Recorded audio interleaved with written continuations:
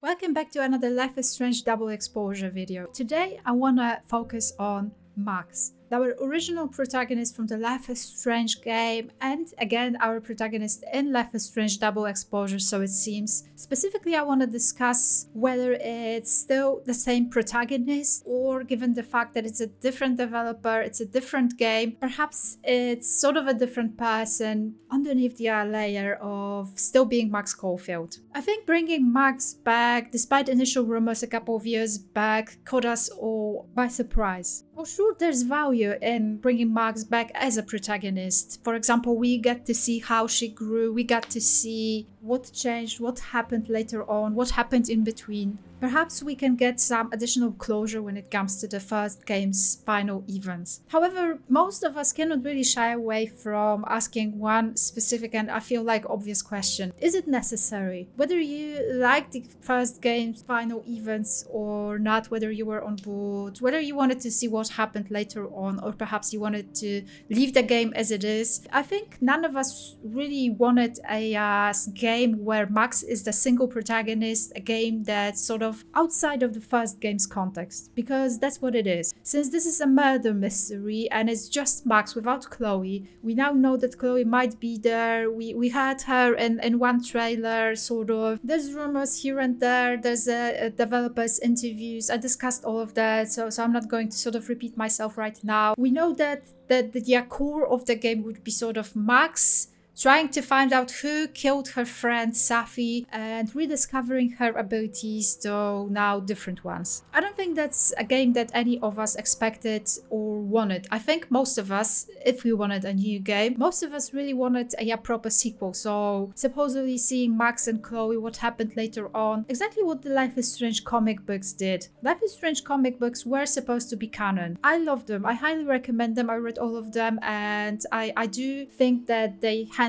the whole thing very nicely. They didn't really shy away from the final game's choice. They nicely combined it all together and it just made sense. Right now we are getting a new story. We are sort of getting this happened later on in life, but it doesn't really connect to the first game's events at all. That's why I feel like there's a need to answer this question. Is it still our Max? We know that Max was Dontnod's baby. Like, they created her from the scratch. They handled her with care. They led her story throughout 5 episodes. Now, to take a protagonist that someone else created and direct the protagonist somewhere else, that's definitely a challenge. I just wonder if it's a challenge that Deck 9 will handle nicely, if they will grasp what's the essence of Max. And this is exactly what I wanted to talk about today. Who was Max before and who do I expect her to be in Life is Strange double exposure, given that there's 10 years of difference. I feel like maybe apart from early childhood, that difference these 10 years make between being like 18 and 29, that's the biggest difference in the world. I don't think you have as big of a difference between being 28 and 38, let's say. However, when you're 18, you're still sort of late teenager. You don't know what it's like to be adult. When you're 28, you do sort of get what it's like to be an adult. You have to earn your own money, you have to have a job and lead that life when you're sort of responsible for yourself, which is not something that you have to do when you're a teen, because usually you are still under your parents' care. So on top of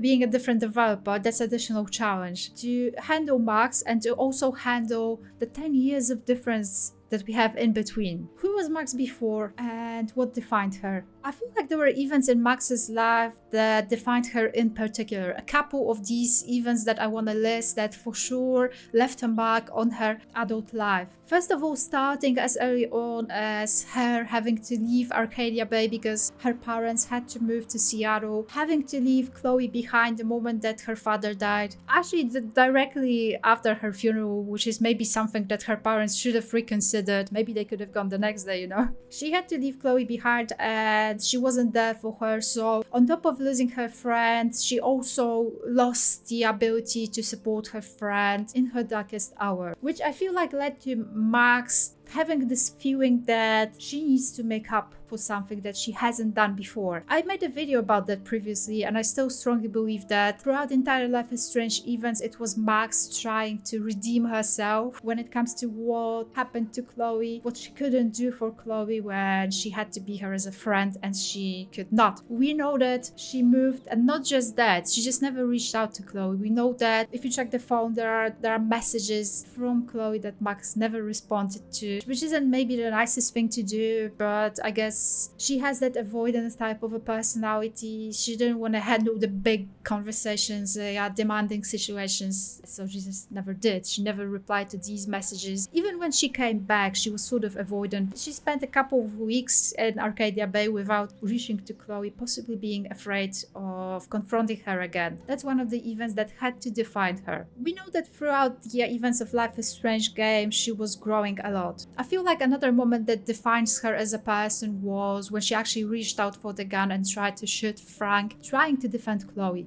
Whether you went for it or not, fact remains that Max is capable of doing that, because the game gave you such a possibility. So not only she stood up for her friend, she was actually willing to go to prison for her friend, defending her. That's a lot. That's not something you'd expect out of a typically shy person that Max was maybe presented as. Although now, from Time's perspective, I just think that maybe she wasn't really as shy, and maybe we shouldn't really define her on the fact that she herself labeled herself as a shy, cliched geek. Another moment that proved that was when she actually kissed Chloe. Whether you did that or not, again, the game gave you a possibility to do so, which means that Max has a capability to do it. Kissing Chloe when she was dead, that definitely proved that she was a more confident person that maybe we gave her credit for. Another moment that proved that was the one that happened in alternate reality when we were taking care of Chloe when she was sick, when she was disabled, and we sort of decided to disconnect the machine when we were asked to do it. Again, it's an act that takes a lot of courage. And last but not least, sacrificing Chloe or sacrificing Arcadia Bay, again, very crucial event, needless to say, the biggest one that shaped her, and I feel like the biggest one that has to shape her personality in Life is Strange, double exposure. So while yes, she was shy, she was a bit of a quiet person, she was the observing type, she was sort of communicating via taking pictures. She was documenting the world and trying to show the way she sees it through taking pictures. While she was maybe a bit insecure, as you remember well, she was sort of jealous of Rachel. While Chloe claimed that she had no style yet, there was definitely something there. There was definitely beginnings of that person that Max could eventually become, and if I were a Life is Strange developer, double exposure one, I would for sure start there. Now, what do we know about Max currently? There is a clue hidden in one of the game's trailers. After receiving her first camera at the age of 6, Maxine Caulfield has sought to capture a life that evades explanation. From the recent green hell of the recession-era Pacific Northwest to the ancient industrial wastelands of the Rust Belt, she has restored meaning to empty places, illuminating the plights of everyday people living on the brink of change. A winner of the IPA Award and the National Geographic Fellowship, she is currently Caledon University's Hannah Hamilton Artist in Residence. We also know from the gameplay that in between she was doing a bit of a freelance job, which means that after Life is Strange and prior Double Exposure, she's still been pursuing photography and she's been taking photography jobs. We know from Life is Strange 2, David encountered that her and Chloe, that is if you save Chloe, visited David, and that was actually mentioned in that short description saying that she has been exploring Rust Belt, so middle state. In Life is Strange, Max used to express herself through her photography, and I feel like she still does that. Again, based on the gameplay, she was asked what she would do if there was an end of the world, and she said that she would document it. Oh, I'm documenting that shit. Can you imagine how cool an apocalypse photo set would be? She also still takes selfies. I think it calls for a selfie. She still does some behaviors that are just a bit cringe. And while in Life is Strange, she didn't seem as confident in her own photography skills, it does feel like right now in Double Exposure, she is pretty capable and she knows what she can do. I take a lot of photos nobody ever sees. I want to go out doing something I'm good at. While she still resembles our Max from Life is Strange, it does feel like there's something profoundly sad about her, because I feel like no matter what you did, by the end of the Life is Strange game, you're gonna have to carry the burden, and that's probably Double Exposure's biggest challenge, to acknowledge the fact that Max carries the weight of either Chloe's death or everyone in Arcadia's Bay deaths. So of course she takes photos of empty spaces. Of course she's drawn to spots that I guess portray the way she maybe sometimes felt inside. It seems like her photo series was called Walking with Ghosts, so that's why she explores empty places, trying to seek out those who are no longer with her, because at the moment she walks alone.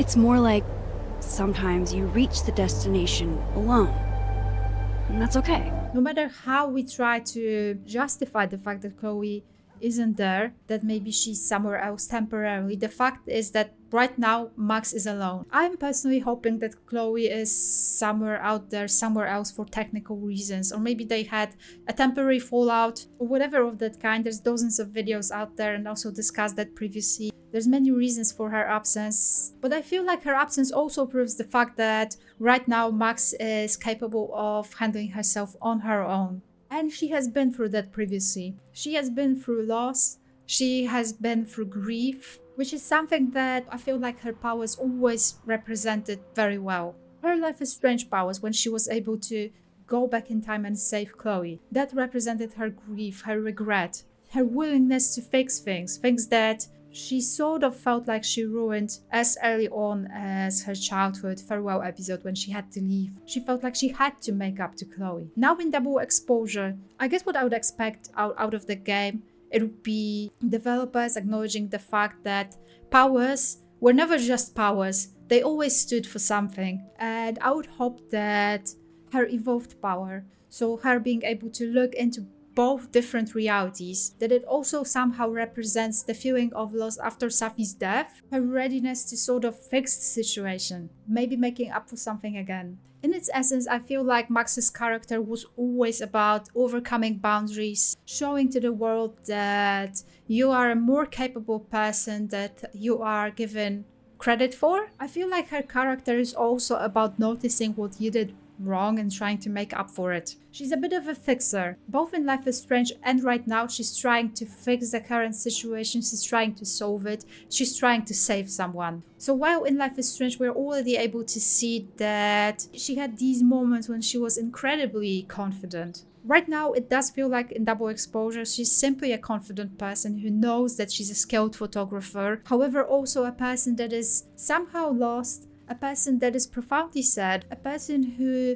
carries a burden with her, a person that needs to be relieved of that burden. It's been 10 years, but it's nothing if you have suffered through as much loss. And this is exactly what I hope the developers of Double Exposure will sort of acknowledge, and I hope that they can handle that with care. So I'd be curious about your thoughts when it comes to what you expect out of Max in Life is Strange Double Exposure. Of course it's a risky move to bring her back, because technically there's no reason to bring her back. It's not exactly justified when it comes to the first game. And it's the first time that they actually brought back a character for a game that easily could have had a different protagonist. Thank you so much for watching and I'll see you guys soon. Stay safe. Bye!